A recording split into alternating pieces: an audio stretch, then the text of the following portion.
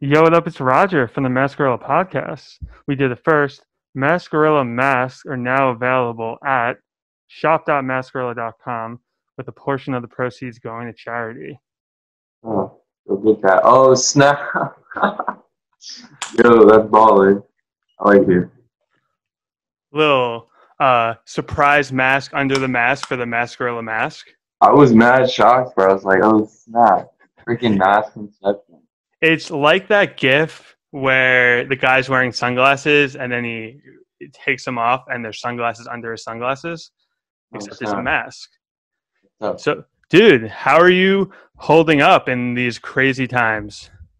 um, making the most out of it.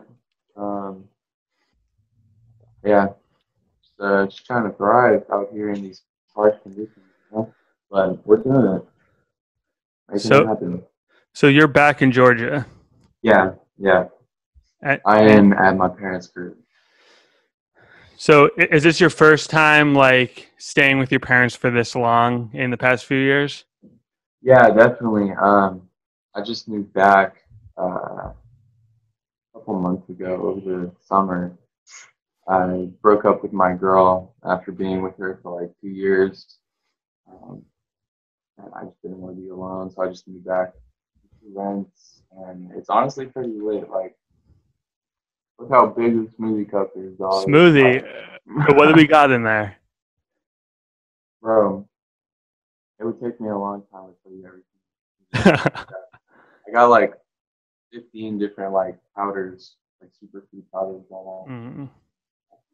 Lit. Yeah, back at the rents. So for those who don't know, I did your first interview on Mascarilla, the Ever. website ever. Yeah, In when was it? 2017, I 2017. think. Yeah, something started. And the title of the article was something like Six Dogs is blowing up on SoundCloud, 17 years old and grounded. Yeah, And a lot has happened since then. a lot has happened. But so pretty much the premise of that article was you had this song Flossing blowing up. It was on a Stars YouTube channel. It was on your SoundCloud. I think when we did the interview, the music video was already closing in on 1 million plays. Yeah, And you were just this kid recording at your parents' house. You were a junior in high school. Your parents had no idea. You got in trouble with the law and you were grounded, yeah, and your parents found everything out and you weren't even allowed to really record music. yeah, kind of. Yeah, well, so I never recorded at my parents' house. That was too like sketch. It was always like I'm going to my friend's house to like play around with music because like I Mm. didn't really want to tell them. Um, like I'm going to like go, set down some bars real quick. I wasn't gonna say that. So yeah, I always recorded at my homie Tommy's crib. He was like 2 grades ahead of me, but he was like the music dude at school, and he had the studio set up in the basement. And yeah, I just went over there, started recording. But um, yeah, I got in trouble with the law. I was just drunk, and I got arrested. It's a pretty funny story, honestly. I felt so bad because I like at the same time, um, then my parents like because they had to come get me out of jail. Basically, I was only Right. there for a night. So it was really weird. I'll get to it. I was like in a cell. I'm like still half lit because I passed out, woke up, so I'm still kind of like lit. It's like probably like 4 in the morning, and I'm like in this cell with like a Nazi. Like I'm not even kidding, like a Nazi.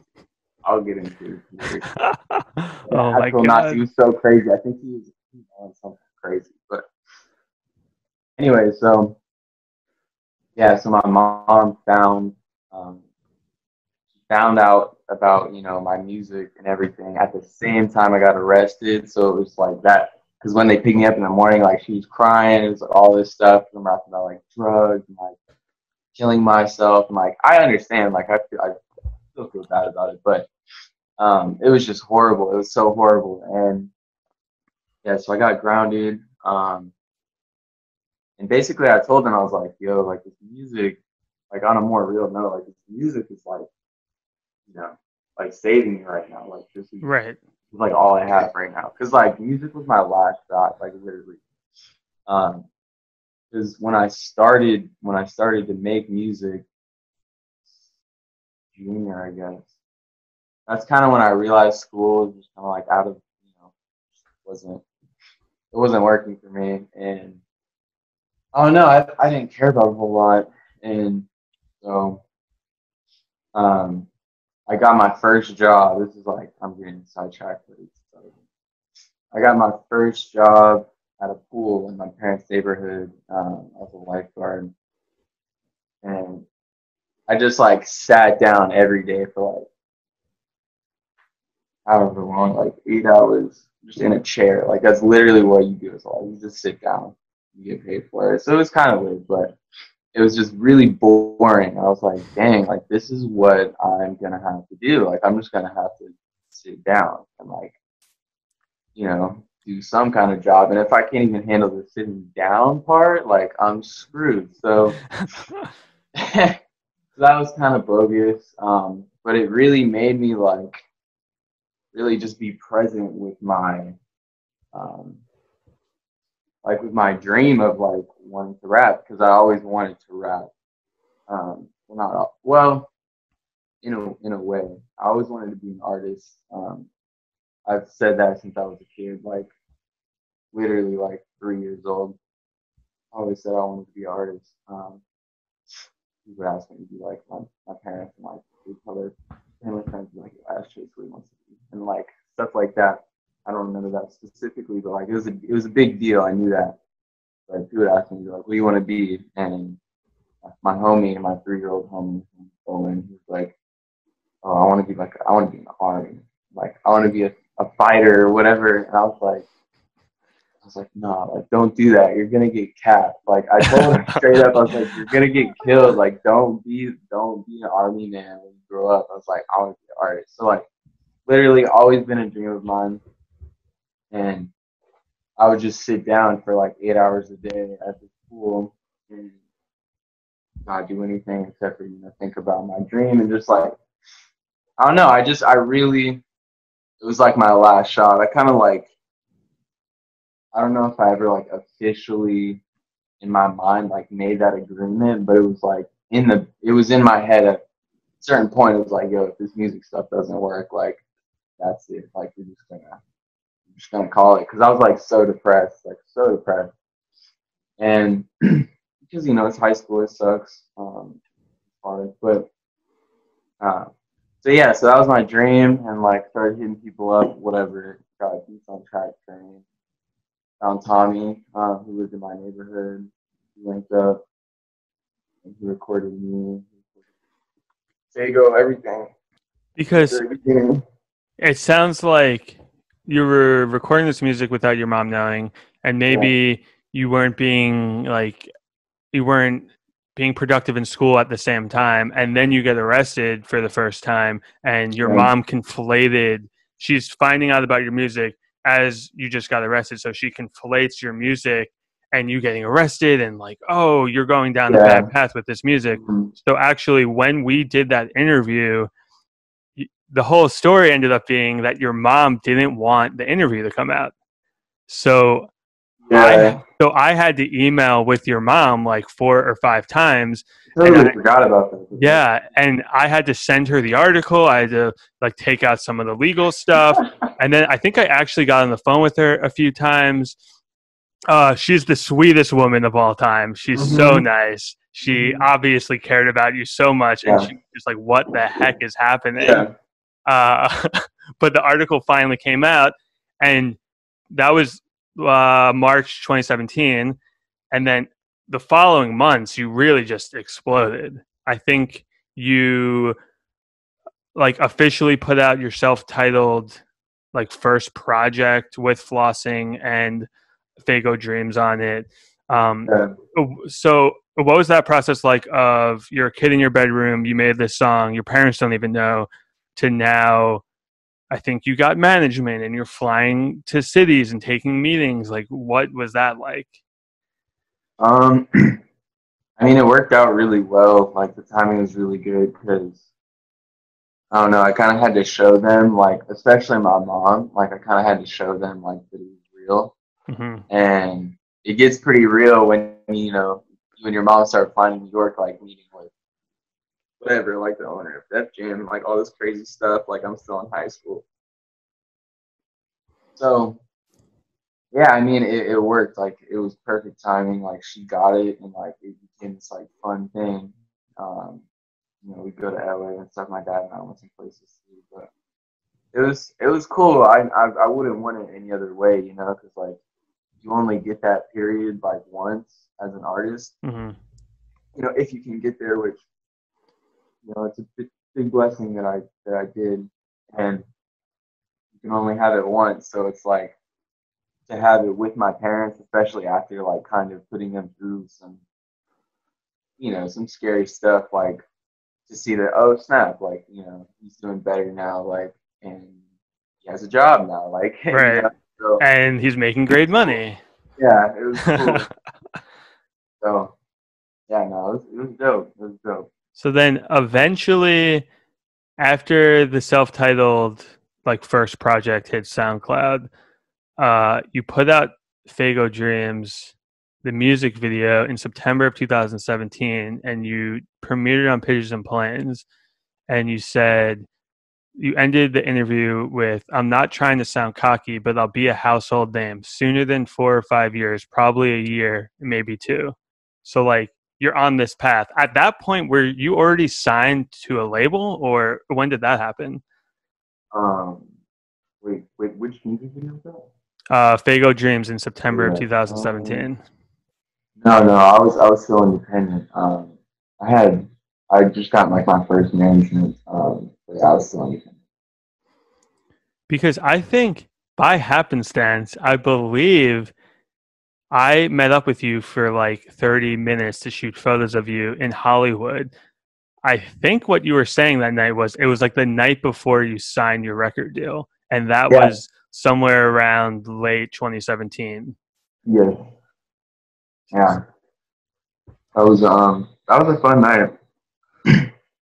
I like that shoot. I would love to see those pictures again. I You didn't. know, I literally, and why I hit you up to do this podcast is because yesterday we're quarantined. I'm at my office, like I'm going through stuff, like, kind of like wasting time. And I found this huge box of old photos that I've shot over the past pretty much like 10 years. And I found that roll of photos of you on the Sunset Strip. I'll find the files and I'll send them your way.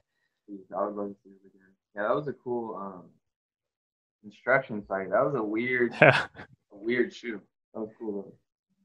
So, I'm not used to what was the process like of you meeting with labels and trying to find the right one and then eventually finding it?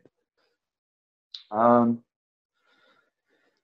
It was cool. Like at first, it's really like it's an indicator of like, okay, like this is working, and it kind of puts that like official sticker on it. Like as an artist, it's good, but then like, and I'm super thankful. Like I realized this early, but like, um, there's really just like people out here trying to finesse, and like especially a kid. Like I was 17, and there are people just like out here trying to finesse, and it was weird. I remember the first like night I realized it. Yeah, it was when I met with like I think it was university. Uh, I met with them in New York, and like they gave me a free session, and like I went in there and I just snapped. Like I made a fire song. It never released actually. It got released. It's called Designer Bags. If anyone wants to find it, pretty good. Um, but I recorded this fire song. I like came out of the booth or whatever, and there's this I don't know some like lawyer dude, and it was crazy. It was the first time I really experienced that. It was like just this like totally like slimy energy of just like I'm gonna finesse this. And like I could just feel it. And it's like, you know it's gonna happen. I'm 17, I don't know how this stuff works, but like I could feel that. And I was like, this is weird. Like this guy is really weird. I don't want to talk to him.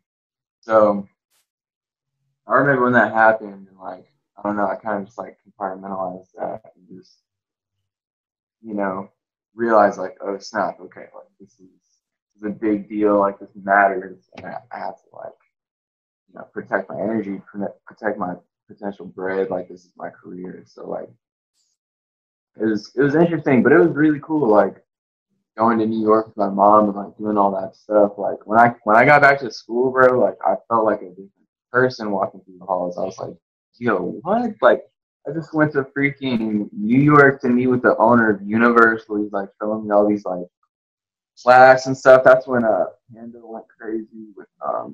designer. He had like the Panda record in his office and showing stuff. And it's just crazy. But no, it was lit. It was lit. It was really cool. But when I actually signed, it was months later, and it was to Benny Blanco's label, and Right. that was the first person that I met. That it was like he was in the industry, but he was not like of the industry. You know what I mean? Like I don't know if you've ever like gotten a chance to meet him or like I don't know, see videos of him No, online. but But I he's saw him a on goofball. TV two Yeah, weeks he's a ago. goofball, He dude. He's was an he was idiot. on FX show with Lil Dicky, Yeah, yeah. and he's Actually, yeah. hilarious. Little Dicky was in his house when I was leaving That's so funny. Benny. He was on the couch, like on his laptop, and like I was leaving Benny's crib to go do something with my mom, and like I look over and just Little Dicky's like on his laptop. I'm like, dog, what? Like this is That's so. crazy. And you're like 17 years old, 17, yeah, or like 18 maybe at that point. yeah, something like that. But So funny. that was cool. But so for those who don't know, he is a legendary music producer who has a handful of number one hits, and he has an imprint label called Mad Love at Interscope. Um, who else was signed to his label when you signed? Real Sandy. Hmm. I met him too. I went to his crib. I went to two of his cribs. It was actually weird. I went to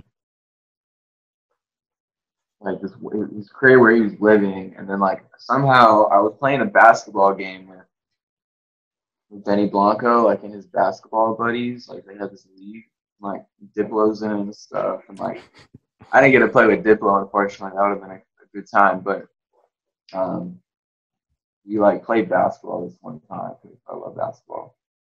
And then this is totally random, but I like went.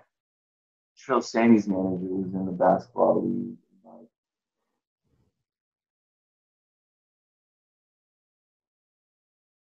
here we like somehow ended up at I was with Trill Sammy's manager like in an Uber, and we had to go check out like Trill Sammy's new potential crib. Like he was buying a new house, and I was just like, I don't know why I was there. I honestly don't know why I was there, but yeah, it was interesting. But yeah, I experienced a lot of cool stuff. Man. Met a lot of really cool like artsy people. I Because think that's the. Sorry, go ahead. because in that, so to provide some context, I mean, obviously your fans know, but in that time period, it was essentially everyone. The common sentiment was Six Dogs is going to be the next Lil Yachty, and of that status of this like left of center avant garde, like they're each from Atlanta or not from Atlanta, but like that's Okay. where your career was heading. So Yeah. you released Butt Cheeks on Lyrical Lemonade in Yeah. February 2018, and I Yeah. think that And was that the was with first Naya. song. Yeah, Yeah. so that was the first song you put out on your new label, and that's a Yeah. huge look to get a video on there, and it's Yeah. going crazy. So what happened after that video came out? Because it seems like you didn't really put too much out after that. Yeah. So that was really like the one thing So like back to the label stuff. With Mad Love, like it's so sick, and like I gotta meet Benny Blanco, like he's fire. But the thing is, like as an artist, like who's still figuring myself out as an artist, as a person, you know, as we all are, but like still figuring out my creative process and like all these different things, the whole drop schedule and like the label walls is just like I don't know, kind of. Also, I was in like a terrible relationship, the one that I got out of recently, but it was that all together. It was kind of this restriction of my creativity that kind of got the whole thing started to begin with. It was kind of like I don't know. It was like it kind of stopped before it could really get started. I feel like personally, um, So, what's one example of something that happened early on that was a red flag for you? um, with the label. Yeah. Yeah. Um, I mean, really, it was just how long everything took. Like, I mean, it just makes sense if you're an independent artist, you can do whatever. You don't have to answer to anybody, but like, and you can, try and fail. That's fine. It's on you. You can do that all you want. But with a label, you are making people money. Like, you have a job, and you have to keep your end up and all that stuff. And I just don't think I was ready in a position to do any of those things. So I think it was just limiting naturally. But I'm still so glad that I had that experience because like the whole Bennett lyrical lemonade thing, like that was pretty much because of the label and its leverage. So um, it has its positives and negatives. Because 2018, were you a senior in high school? Mm, So, and it yeah, seems like you were also in your first serious relationship, but were you still, were you back in Georgia? Were you going to school? Like, how did you finish high yeah. school? No, I didn't finish high school. I started doing online. Classic. And just never really followed through on that one. But yeah, no, I dropped out. It's funny because if you're a child actor, for some reason, they're way more strict like the law is on requiring if you're on set you have to do like 6 hours of school and they bring in like a school teacher to sit with you, but I hear a lot of stories of artists who sign deals when they're still in high school and they're like, yeah, I did online classes and I never really, I'm like, why? Like it's like I want a teacher to go into the studio and to get into the booth for 6 hours. No, I'm just kidding. Honestly, that's a whole wave. You start putting down some mad educational bars real quick. I like that. Doing what's that thing called, Hilarious, dude. I didn't know that about the acting, child actors. It's crazy. yeah, I don't know. I guess it's the studios that require it or something. I have no idea. Mm. But so what happens next? You release the video, you're having problems with your label in terms of you wanting to move faster and release music and do things your way. Yeah. So what are those next few months like after that? It just slowed. Everything slowed down. Like, honestly, I haven't even thought about this, but like, I'm kind of glad it did because I think I wasn't ready for like really that big glow up. Like I honestly don't. Um, and it really taught me patience. Like now, I'm independent. I do everything myself with my friends. It's like I don't know. It's almost like a but um, now it's like I really appreciate taking your time on dropping one song, getting the posts right, and making sure that people see it and how they see it. What kind of control the outcome a little bit more when you can kind of just be patient with things.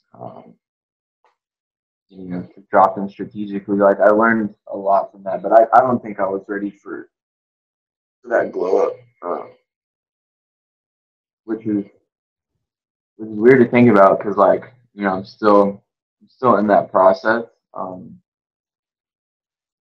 And I don't know. I feel like I'm more ready now to really get it popping because like especially with this Corona stuff, man. Like everything takes so long. Like it really sucks. And like personally, I don't have like a home studio or anything. I'm at my parents' crib right now, but I don't have anything here. And so it's like I don't know. It really comes full circle because now I'm like, okay, like I've done this before. I've waited a long time. Like that's Right. okay, you know. So yeah, but that was kind of off topic. But yeah, I mean, even just speaking to you right now, you seem so much more present. And because I remember that night I met up with you in Hollywood. I mean, granted, you were like an 18-year-old kid with the world at his yeah, fingertips, but you seemed a little lost. Just yeah. like, No, like definitely. you weren't fully present. And, there was a lot going on. There's a lot to think about. And Yeah. your mom and your managers were at the hotel waiting for you to get back. But Hmm. still, it's like, oh man, like he's not all the way here right now. But you seem great Oh, now. thank you, man. I appreciate it. Yeah, I feel a lot better. Like back then too, I was always super deep. Like I was probably so deep when I first met you, Oh, all the okay. time. But Okay.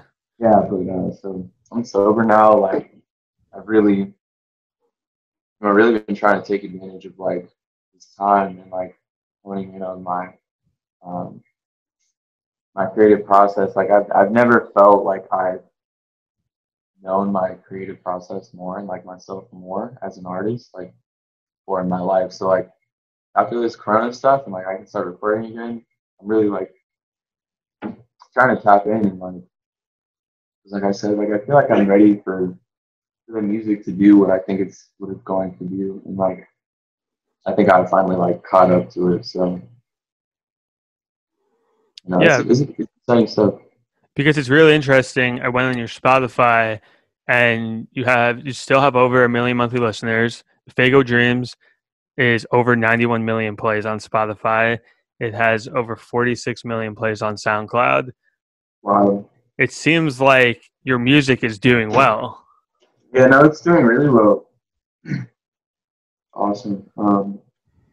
Yeah, and like the new stuff. I've only released really like two new songs, but like one of them is already um, Burberry Weather. I don't know if you've heard Yeah, yeah. it's doing really well. It's like my third most played song, like right below Faygo, and it's like so it's still there, like the kindling, like the little sparks, like it's still there. After things slowed down, like they definitely slowed down, but I'm still cracking on. So I mean, it seems like also everyone, since you're such a good person, and also, of course, you make incredible music, like everyone is just waiting for you to be like, I'm back. Here's my next, smash hit. Like it seems like you have the fans on your side. Last year they're you so really, great. yeah, dude, you have great fans. Last year you released Hi Hats and Heartaches, and I believe that was your first full length project besides your self titled Yeah, project you put out in 2017. So what yeah. was the process? So you leave your label. This is your first project. What was the recording process like? What was the inspiration? Um, so I had some heartaches. Was really like I guess not technically, but it was my first really album ever because self-titled was actually all singles. Right. And we just put them out like just for distribution purposes Hmm. as a project. But really, it was like my first time ever making a project, and um, I don't know. It was kind of like a test of like what kind of to see how far I had come musically and like see what I could really do. Because like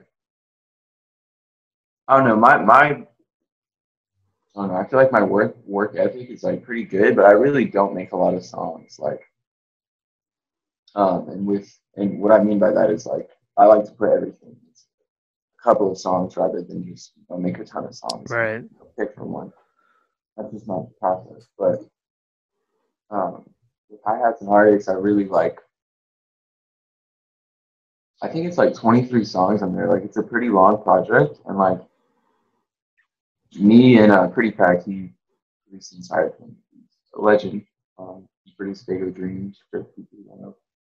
Um, we made that in like pretty quickly, like within a month, which is really fast for me. And it was like really kind of a musical like workout, kind of like see what I could do and see what the other side of it, like making songs more quickly and trying to stay consistent the entire time. And I feel like the project has a pretty consistent sound all the way through, but um, I don't know. It was kind of just to like really snap, and like also really the big catalyst for that was I broke up with my girl. It was like I don't know. I had to say some stuff. So yeah, I don't know. It was kind of a perfect storm. It was like pretty sure it was in the summer. Like the weather was good. Like the vibes was right. So. Because it seems like just from your social media presence after the breakup, you were going through it. Yeah. I'm not sure how long it was. I don't know. It was a couple of months, right? Like probably these 2 months, I think. But yeah, no, it was a terrible relationship. Like, I had some stuff. Um, I don't know. I felt like I had. It was like what I try to do with my music is really talk about real things. Like in hi hats and hi hats. Like pretty much, there's a few flexy songs, like just fun songs, but pretty much everything is kind of like the same underlying theme. Um, and like the first track, that was the first song we made on the project. Like after we made that song, we're like, okay, project. So that song was "It's Worth Feeling Empty." And have you heard that song? Yes. Cool. So I, yeah, basically, I streamed through the project like 15 times yesterday. yeah, that song was basically about that was really soon after I broke up with my girl and like moved back with my parents, and we like really just started like kind of a recovery period. It was kind of just like therapy. Like that song was very therapeutic for me. And basically, song it's called "It's Worth Feeling Empty," and it's about um, like that empty feeling you get when you break up with someone. Mm. But it's like it's worth it because like they're gonna literally ruin your life. So it's like one or the other. So yeah, that was kind of intense. So, um, how are you doing now in that, like in relationships? Are you dating? Are you seeing anyone? no, I'm not dating. I'm honestly still in a recovery period. Like I'm fine saying it. Like I'm just recovering, and I think the whole world is recovering right now. To be honest, like we're Mm-hmm. all in a recovery period. So like I'm kind of just keeping it going, and I don't know. I'm not really trying to distract myself. It's not like I'm not looking for a relationship, but it's not like I'm looking for a relationship. Right. Um, so yeah, I'm chilling. So what about Um, you?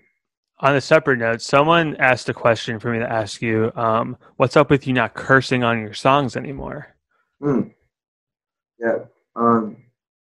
Really, that was just like a lifestyle thing. Like I would say, I don't really say curse words. One of the big reasons is because they're called curse words. Like I think it's just like a low vibration. And just like sprinkle it in. You just try to buy a sandwich. It's like you could have just bought the sandwich.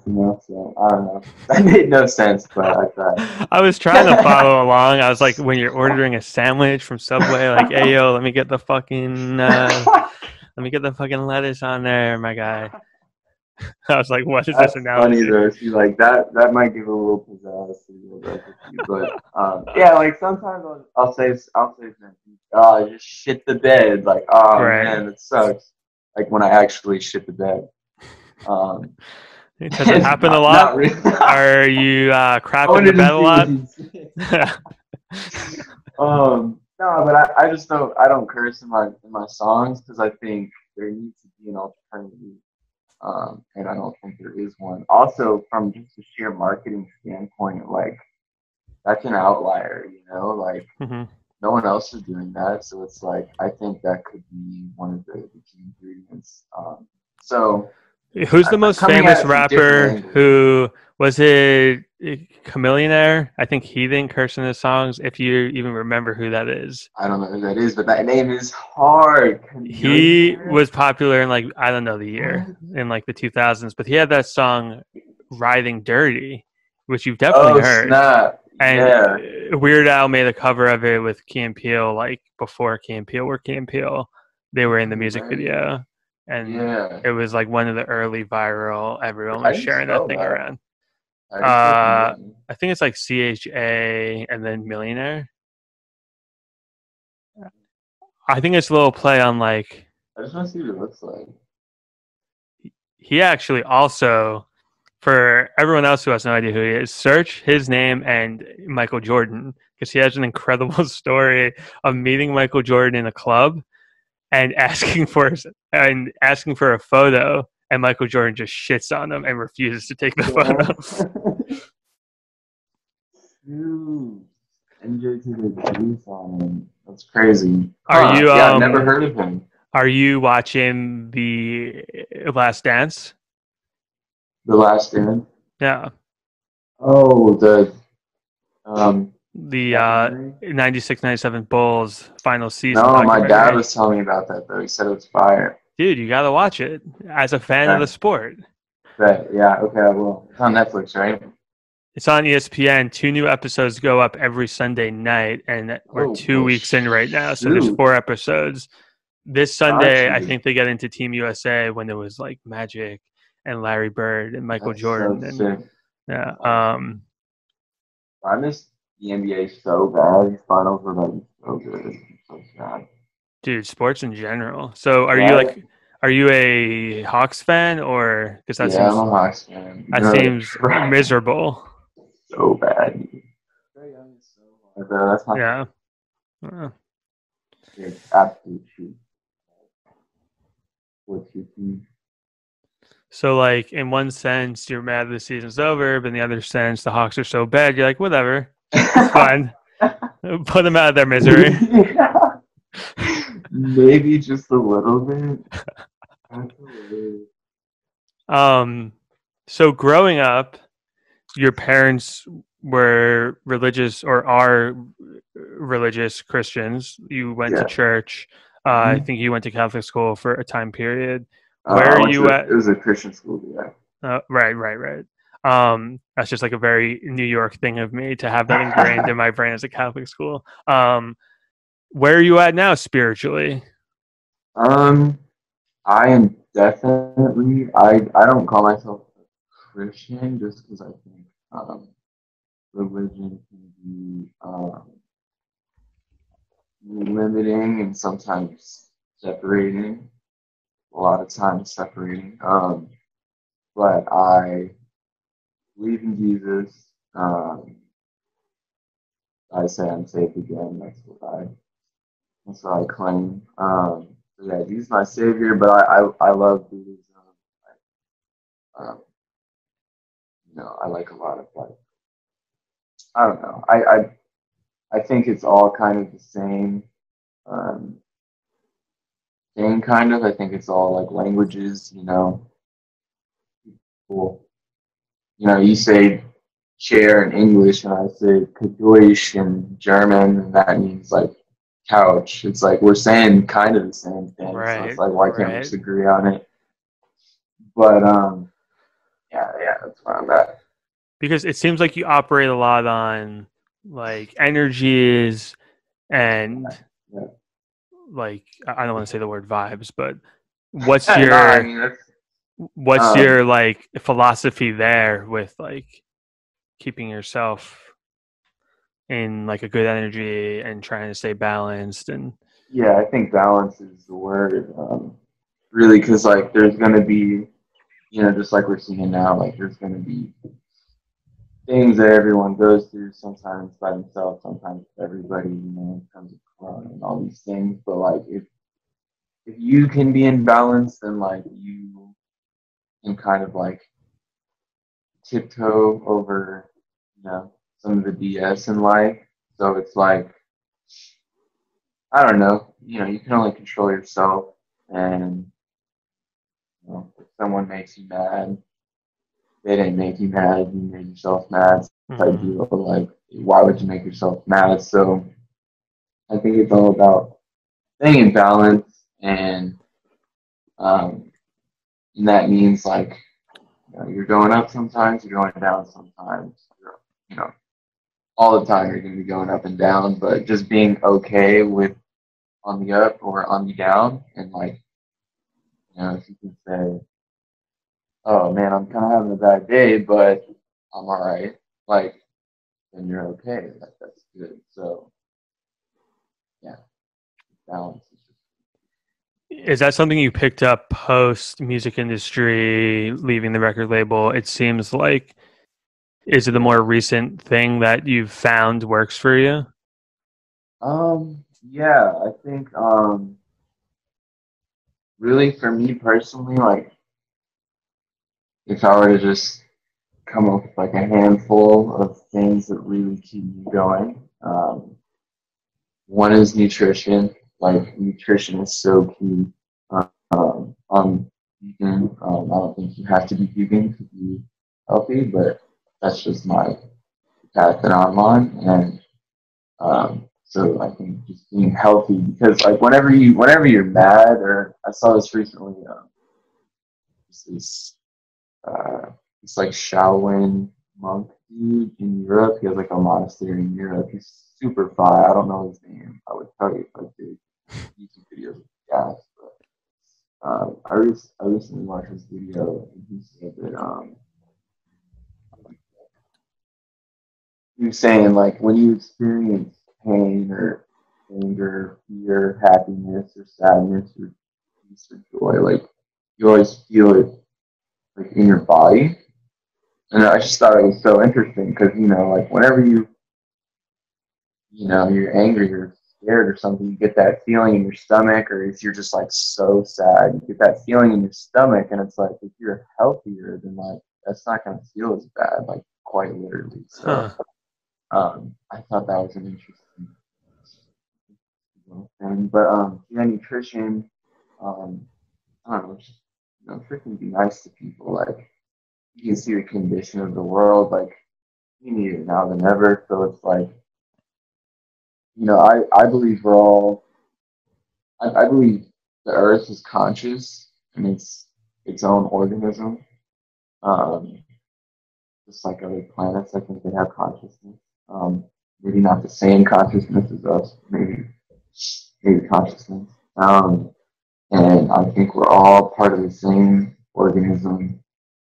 Um, and you know, if we acted like it, all our lives would be better. So um, you know, and the earth would be happier. Like the earth is always being good to us. So it's like I think it's time to be good to the earth originally. Because I mean, I think, you know, I don't think we have another choice. You know, we're kind of at this crossroads, and I'm very hopeful for the future, even though, you know, right now things look bleak with everything going on. But I'm hopeful for the future, and like there's so many new kids being born every day that are like Hmm. they have so much more than what we had when we were growing up, and like they have more tools and more knowledge, and it's always that. Um, so I like to think of there's like a big you know, if you're like downloading something and it has a little loading thing. I always like to think that like the Earth, like its little loading thing is always, even if it's just like the longest download ever. Like I think it's always moving forward, sometimes faster than others. Maybe right now it's a little bit slower. You know, that sucks, but it's still we're still progressing. And like I think the more people that kind of um, because we're all in my opinion, part of the same organism, and like our, you know, we used to say our consciousness is separated, um, by the body, like, so I think the more people that kind of adopt that mindset of, okay, like things don't look too good right now, but we're still progressing, like we're still learning from this situation, like Right. we're still happening that are good and benefit, you know, us, people, plants, animals, earth, it's all one. Just in general, we're all connected, and the actions we take and the energy we have radiates out and affects other people in the same way Yeah, that theirs affects us. yeah, exactly. And I think the more people that were hopeful about the future, like I genuinely think the brighter the future would be, because I don't know, that just makes sense to me. Like within me, like it just feels good. So yeah, I'm, even though things suck, like I'm still hopeful, and I think there's enough good people on the planet to kind of put a band-aid on what all the greedy, you know, butthole people are doing. So, the lack of a better word. So yeah, no, that's really seriously wrong with that. And I want my music to like make a change, because um, I don't know. That would be just dumb if it didn't. Like I'm not just trying to make some BS music. Like it might sound like that to some people because like it is just flexing music, but like you know, you know, keeping the curse words out, upping the vibration, even if it's just a little bit.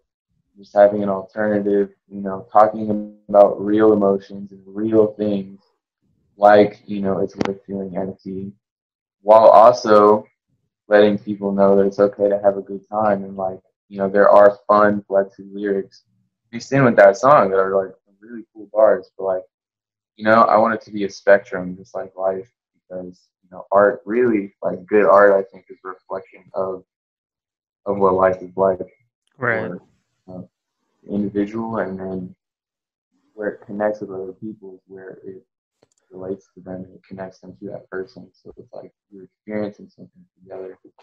So yeah. I mean, so it seems like you're in a really good place.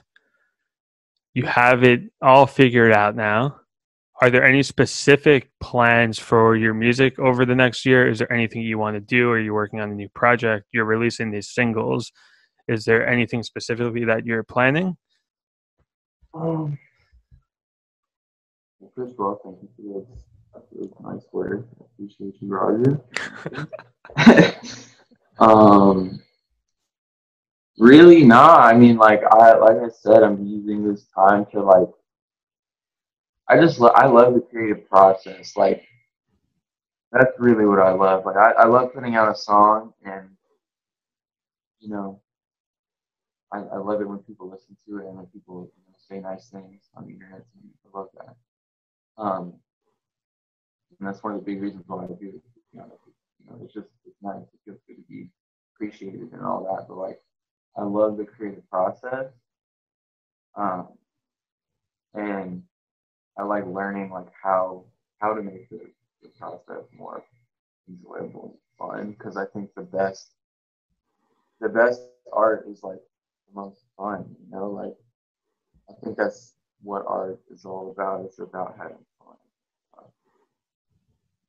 and it's also about expressing your feelings and emotions and getting over things. And that's why I like to do that too. But I think it should be a little bit fun, and that's why I think the flexi bars are in there. So I'm really just focused on the creative process right now, because I can't record, so constantly drawing and painting stuff like that. So just so I can, when I can record, I'm really gonna snap. because when I'm in a better mood, I just make better music. So like I'm really just trying to have a good time. That's really what I'm trying to do. Yeah.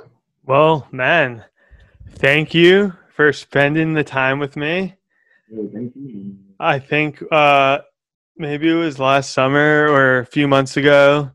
We were texting. I was like, I want to fly to your house and I want to record the podcast Yeah. in your house where it all started from that first interview. So whenever this whole thing is over, I got to fly your way. I got to meet your mom finally. Definitely. We got a guest in here. So. Yeah. Can we see your cat? There he is. What is the cat's name? Beautiful animal. Right, Bagel. Bagel with the black tail, got the little black spot on the. Oh, the nose is incredible. The black spot on the nose, beautiful. Let's get so. The cat is in the seat. I'm gonna now record a podcast with Bagel. Yo, that was Roger from the Master of the Podcast. We got Bagel today. Roger, it's weird. So, Bagel, how are you handling this quarantine? It's like, yo, give me some treats. Yeah, it's like it's the best time of my life. Everyone's home. I got 6 dogs back now. But yeah, man, thank you again for coming on. Yeah, for sure, dog. Appreciate you so much. This was fun. And I'm going to send you the photos when I find them. And one day we will meet again in person. Yes, we will. All right, bro. Stay safe, man. Will do. Peace. God. Yeah.